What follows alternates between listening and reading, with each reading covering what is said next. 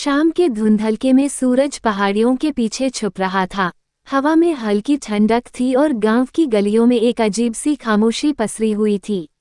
ये गांव था रामपुर, जहां ज्यादातर लोग अब शहर की तरफ पलायन कर चुके थे, लेकिन कुछ पुराने लोग अब भी अपनी जड़ों से जुड़े हुए थे।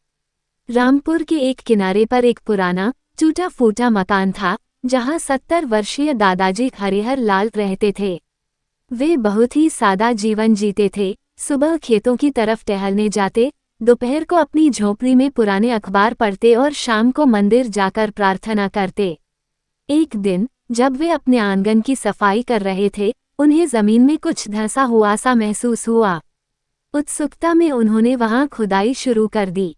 कुछ ही देर में एक लोहे का पुराना संदूक बाहर आ गया। वह जंग लगा था और उस पर पुराने समय की डिजाइन बनी हुई थी।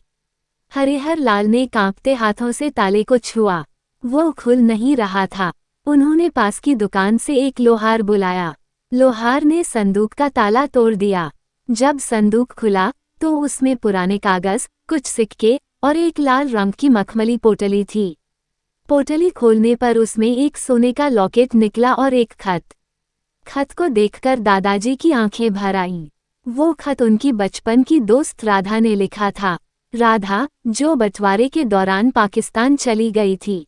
खत में लिखा था, तारांकन प्रिय हरिहर, अगर किस्मत कभी साथ दे और यह संदूक तुम्हारे हाथ लगे तो जान लेना कि मैं आज भी तुम्हें याद करती हूँ। ये लॉकेट तुम्हारे लिए है। हम भले ही दूर हो गए, पर मेरी आत्मा हमेशा तुम्हारे पास रहेगी। राधा, तारांकन। हरिहर लाल की आंखों से आंसू बहने लगे। उन्हें याद आया कि कैसे वो और राधा बचपन में आम के पेड़ के नीचे बैठकर कहानियां सुनते थे।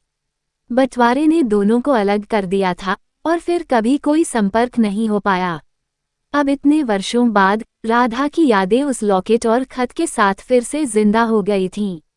दादाजी ने लॉकेट को अपने गले में पहना और उस रात पहली बार बहुत सुकून से सोए। अगले कुछ दिनों में गांव में ये खबर फैल गई कि हरिहर लाल को जमीन में से खजाना मिला है। लोग तरह तरह की बातें करने लगे। कुछ ने कहा कि उसमें और भी सोना होगा, कुछ ने सोचा कि शायद वह संदूक भूतिया हो। लेकिन दादाजी अब इन बातों की परवाह नहीं करते थे। उनके लिए उस संदूक का मतलब सिर्फ एक खजाना नहीं था, वो उनकी अधूरी यादों का पुल था।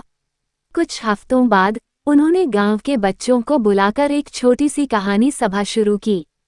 वे हर शाम बच्चों को अपनी और राधा की कहानियां सुनाते।